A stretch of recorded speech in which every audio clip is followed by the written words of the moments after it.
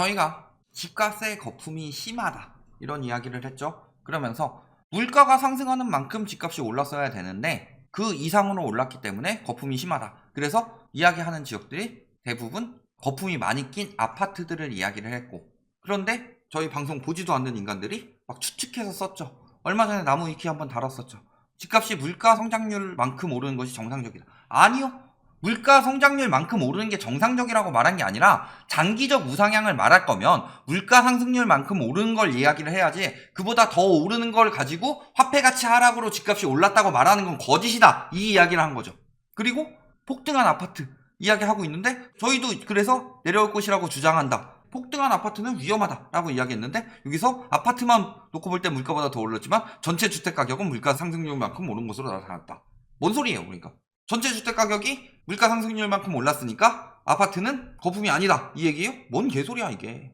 그리고 시점 자체도 왜 35년치를 비교하죠?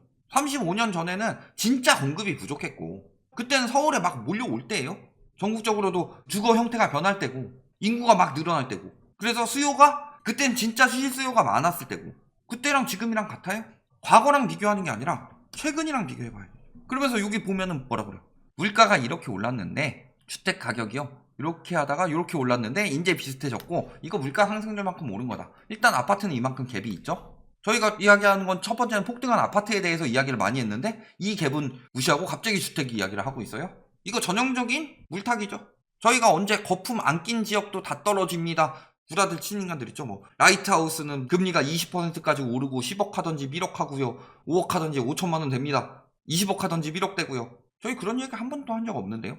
그러니까 거짓이 아니면 우리가 하는 말을 지금 부정을 할 수가 없다. 왜? 우리는요 집값 폭락론자가 아니라 정상화론자입니다. 지금도 어디서 뭐 폭락론자니, 니들이 보기엔 폭락이겠지. 왜냐면 그만큼 폭등했기 때문에 폭락해서 정상화가 돼야 된다는 이야기고, 정상화론자예요. 정상화에 대해서 이야기를 하고 있다. 그리고 지금 거품이 낀 것들이 빠져야 된다 이야기하고 있는데 전체 주택이 똑같으니까 라이트하우스는 틀렸다. 이거부터가 개소리죠. 그리고 왜 기간을 35년 전으로 잡냐? 35년 전으로 잡아볼게요. 그러면은 KB랑 한국은행 비교했으니까 86년 1월로 잡은 이유는 86년 1월부터 KB가 있기 때문이죠. KB 데이터가. 그래서 전국 주택이요 27.7에서 100.5로 지수가 262.82% 올랐습니다. 그리고 전국 아파트로 따지면 530% 올랐어요. 물가는 그동안 252% 올랐죠. 얘는 비슷한데 이미 다르죠. 그 다음에 저희가 지금 중점적으로 이야기하는 거품 낀 지역, 서울 아파트요 700% 가까이 올랐어요. 8배로 올랐다는 소리예요. 물가는 3.5배로 올랐는데 8배로 올랐다. 거품 아니에요? 강남 아파트요 827% 올랐어요. 9배로 올랐어요. 근데 우리가 이야기하고 있는 건 요런 것들을 이야기하지, 전국 주택 다 떨어진다 이야기했어요? 저희가 지방 아파트 올린 것도 지방 거품 낀 지역들을 위주로 이야기를 했죠. 내 지방이 차서 그런가? 우리가 얘기하는 걸 니들이 자꾸 어긋나서 듣냐? 그리고 왜 이때랑 비교해요? 1986년 1월에 그때랑 다르죠. 왜? 그때는 진짜로 공급이 부족했던 시기고 서울로 몰려오던 시기고 그런 거니까 다르죠. 그래서 최근 이야기를 하고 있는데 왜 자꾸 옛날 거 갖다 붙여가지고 이야기를 하냐? 35년치를 갖다 붙이고 있어요. 거품이 낀 건 최근이죠. 왜 35년치를 갖다 붙였냐? 오히려 그때가 저평가됐을 수가 있죠. 자, 그래서 최근 거랑 초이노믹스 이후로 비교해봤습니다. 초이노믹스 이후로 물가가 12% 오를 때 전국 주택 40% 올랐어요. 3배 이상 올랐죠. 거품이란 얘기예요. 전국 아파트요? 4배 이상 올랐죠. 그리고 서울 아파트는 80% 지수상으로예요. 저들이 지수로 비교했으니까 몇 배 이상 오른 거예요. 한 6배 이상 올랐죠. 강남도 마찬가지고. 초이노믹스 전후로 뭐가 달라지느냐? 가계 여력이 아닌 대출로 부양을 하려고 했던 정책이기 때문에 이때부터 거품이 끼기 시작했다. 그러니까 시점을 저때랑 비교하면 안 되죠. 예를 들어서 국가가 성장하는 시기가 있어요. 그래서 성장은 이렇게 하죠. 예를 들어서 뭐 술이 몸에 안 좋다. 술을 많이 마시면 키가 조금씩 쪼그라들 수가 있다. 이런 연구 결과가 나왔다고 합시다. 그러면 술은 보통 20세 이후에 마시니까 20세부터 한 40세까지 이렇게 비교를 해야 되죠. 근데 갑자기 0세부터 비교하더니 태어날 때 한 50cm 정도였는데 180 찍었다가 이때 한 178까지 떨어졌어요. 보통 사람들은 한 179까지 되는데 술이 영향을 줘서 2배로 떨어졌구나 이렇게 이야기가 나와야 되는데 여기서 이렇게 비교해보고서 128cm 컸네요. 술은 영향을 주지 않습니다. 이런 결과가 나오면 잘못된 결과라고 하죠. 그런 거랑 똑같은 거다. 그리고 거품 낀 게 맞죠. 물가 상승만큼 오르지 않았다. 그만큼 위험하다는 거죠. 그러면서 지금 통계로 본 집값 버블 보면은 서울 상승률이 80년대 도쿄에 버금간다고 하고 있죠. 그러면서 뭘로 비교했어요? 40년간 52배 올랐는데 우리나라도 49년간 83배 올랐대요. 당시 일본의 집값 거품은 왜 생겼냐, 땅값 거품은 왜 생겼냐, 부동산 거품이 왜 생겼냐, 이걸 보면요, 대출 규제를 대폭 완화하고 소저금리로 갔다. 이때 뭐 풀어줬어요? LTV 엄청나게 풀어줬죠. 이때 뭐 DSR이 있었는 이런 거 없잖아요. 그냥 담보대로 빌려줬고, LTV 막 땅 같은 경우는요, 땅값 계속 오르니까 하니까 LTV 막 120%씩 내주고, 금리 엄청 내렸죠. 금리 왜 내렸어요? 당시에 플라자 합의가 있었죠. 플라자 합의로 인해서 엔화가 절상이 됐죠. 근데 엔화 절상이 됐을 때 그때 일본의 경쟁력은 뭐였다? 미국보다 유럽보다 엄청나게 우수한 기술력으로 경쟁을 한 게 아니라 버금가는 근접한 기술력이 있었는데 가격이 훨씬 저렴하니까 가격 경쟁력으로 승부를 봤던 거죠. 그런데 가격 경쟁이 상대가 안 되죠. 엔화 가치가 올라가 버리면서 가격 경쟁이 안 되니까 수출이 안 되니까 뭐 한 거예요? 금리 낮추고 기업들한테 너네 더 투자해라 라고 했는데 기업이 기술에 투자한 게 아니라 부동산에 투자했죠. 그리고 가게들도 저금리네 해가지고 다 너도 나도 부동산 주식 샀죠. 그때 세계 30대 기업 중에 일본 기업들 엄청나게 많았죠. 일본 땅 다 팔면은 미국 땅 다 사고도 남는다. 한 3번은 사고도 남는다. 이런 이야기 있었죠. 그 말도 안 되는 수준으로 폭등했다가 결국에 똥값 됐죠. 10억이 1억 되더라. 그러면서 그때 왜 그랬어요? 가계부채가 급격히 올라갔죠. 플라자 합의 이후 금리 낮추고 돈 막 푸니까 가계부채가 급격히 올라갔죠.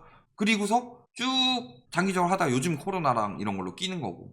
근데 어디서 많이 본 것 같지 않아요? 저 상황? 자, 대출 규제를 대폭 완화하고 MB 정부랑 박근혜 정부 때 뭐 했어요? 전세 대출 풀었죠? LTV 완화했죠? 규제 지역 없앴죠? 금리 초저금리 갔죠. 그러니까 장기적으로 이런 상황이 나온 거다. 가계부채요? 이걸 가지고 가계부채 심각했다고 말하느냐? 우습죠. 지금 우리나라 가계부채 상황 보면. 그리고 일본 버블 붕괴 직전에도 미국에서 급격히 금리 올렸죠. 이때 막 오일 쇼크 터지고 이럴 때고 이때는. 금리 올리면서 이게 일본까지 영향이 갔죠. 왜 금리 올렸어요? 플라자 합의 이후 이때 근접해서 생겼던 게 뭐예요? 바젤 1으로 인해서 금리를 올린 거죠. 금리 급등에 붕괴한 일본 부동산 버블. 바젤이 뭐예요? 바젤은 스위스의 도시 이름입니다. 그런데 바젤에서 국제은행 기준에 대한 협약을 한 거죠. 이때 결정된 게 뭐예요? 자기 자본. 대표적으로 가장 먼저 한 게 일단 은행에 돈이 있어요. 예금한 사람이 한 100명이서 100만 원씩 예금했어요. 그럼 여기 1억이 있죠. 그러면 은행에서 요거를 그냥 다 1억 다 빌려줘도 돼요. 그러면 만일의 사태에서 갑자기 이 중에 한 명이 저 100만 원 찾으러 왔는데요. 대출 이자가 들어오기 전이에요. 돈이 없는데요. 못 돌려줘요. 이런 상황들이 벌어지면 안 되죠. 물론 저렇게 대출 수요가 예금 수요보다 훨씬 더 많다는 상황은 그렇게 벌어지진 않죠. 그러니까 무슨 일이 벌어졌어요? 은행의 부실이 너무 심각하다. 그러니까 대출 내주면은 너네 대출 9,200만 원까지만 내줘라. 한 800만 원은 만일의 사태를 대비해서 니들 가지고 있어라. 자기 자본으로. 이게 바젤 1이죠.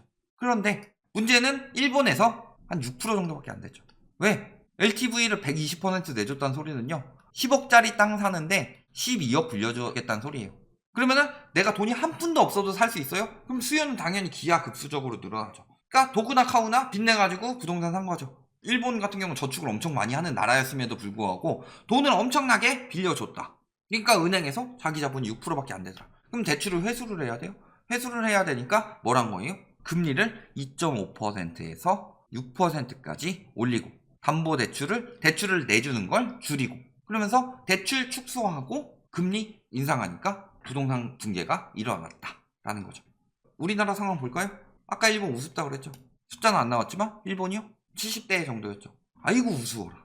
70% 가지고 1년에 버는 돈 대비 부채가 한 70%. 1년에 5천만 원 벌면은 3,500만 원 빚진 거 가지고 뭘 힘들다 그러냐. 우리는 1년에 5천만 원 정도 벌면은 빚이 5,250만 원 정도 된다. 까불지 마라. 이거죠. 당연히 그때보다 저금리이기 때문에 버티는 겁니다. 일본 당시 기준금리 2.5%라고 그랬죠. 지금 우리나라 가계부채 엄청나게 부풀 때 얼마까지 떨어졌어요? 2.5%는 우습죠. 2%도 안 넘었었는데 이번 정부 내 기준금리 2% 넘은 적 있어요? 그러니까 부채가 이렇게 쌓인 거죠.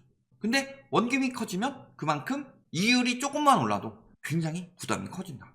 그리고 미국에서 급격히 올렸을 때 일본 붕괴 오고요. 우리나라도 붕괴 왔어요. 일본에서 버블 붕괴해서 우리나라까지 영향을 준 거예요. 단순히 1기 신도시 때문이 아니다.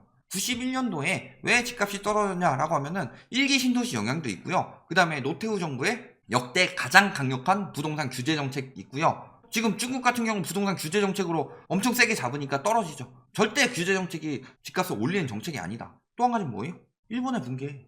일본이 91년도에 버블 붕괴됐죠? 우리나라 집값 언제 떨어졌어요? 서울 집값 91년도에 떨어지기 시작했어요. 왜 그게 영향이 없다고 보죠?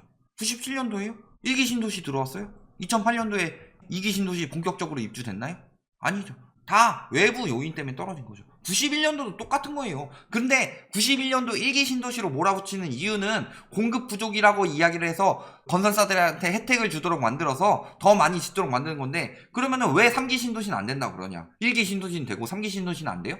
그러니까 말하는 게 앞뒤가 안 맞죠. 1기 신도시로 잡은 게 아니에요. 1기 신도시도 영향을 준 거지. 그런데 지금 미국에서 3월에 0.25% 올렸고 5월에 빅스텝 들어가고 6월에 자이언트 스텝 들어갈 가능성이 굉장히 높다고 하고 있죠. 아까 앞에서 계속 이야기했죠? 자, 이때 붕괴 왔죠? 물론 이 이전에는 통계가 없으니까. 언제 왔어요? 이때 또 IMF 오면서 붕괴 왔죠? 또 이때 글로벌 금융위기 오면서 붕괴 왔죠? 이때 또 붕괴 왔죠? 지금 이거다 이거. 그런데도 집값은 떨어져 봐야 라이트하우스가 처음 이야기할 때보다는 더 오를 것이다. 그래 놓고서 조금 떨어진 걸 가지고 라이트하우스가 내 말이 맞지? 왜 폭락론자라는 소리를 들을까요? 저희가? 그 정도 떨어져 놓고서 니들 폭락이라고, 니들도 인정하지 않는 폭락을 라이트하우스가 아이고 자기 위로하면서 이 정도면 충분히 폭락했지 할 것 같아요? 그러니까 그 이상으로 위기다. 특히 적어도 2018년 떨어진 거 훨씬 이상은 떨어지는 거고, 2018년에서 2019년 저점 찍었을 때 있죠? 그거는 약과다. 왜냐면은 그때 금리 인하에서 다시 올랐던 만큼 그만큼 거품이 더 위험해졌기 때문에 그 이상은 기본으로 떨어지는 거고, 그래서 2015년 가격까지 떨어질 가능성이 굉장히 높다 이렇게 이야기를 하고 있는데, 왜 니들 맘대로 조금만 떨어지면 자기 위안하고 정신승리하고 그런다고 이야기를 하냐? 정신승리 니들이 하고 있는 거 아니냐? 그리고 그에 따라서 우리나라 기준금리 굉장히 빨리 오르고 있죠. 기준금리가 올라가게 되면 아까 이야기했죠? 일본에서 2.5%에서 6%까지 올렸죠. 근데요, 그때는요, 잘 생각해보세요. 그때 일본의 빚이 1억이라면 지금 우리나라의 빚은 10억이다.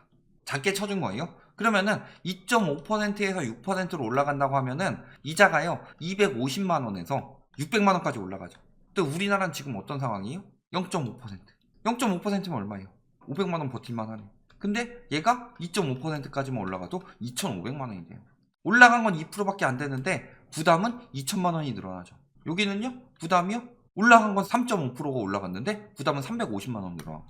지금 그 차이예요. 규모가 다르다. 그리고요, 또 뭐 때문에요? 대출 축소. DSR 골격 유지한다고 그러죠. DSR 정말 위험한 이유는 여태까지는 금리 인상 따로, LTV 따로였다면 지금은요, 금리 인상되면은 DSR이 줄어요. 그러니까 미쳤다고 지금 저기 40년 주담대 10년 신용대출 이딴 짓거리 하고 있는 거지. 결론 뭐예요? 물가 대비로 거품 굉장히 심각합니다. 그리고 이게 어느 정도냐? 당시 일본 버블과 비견할 정도다.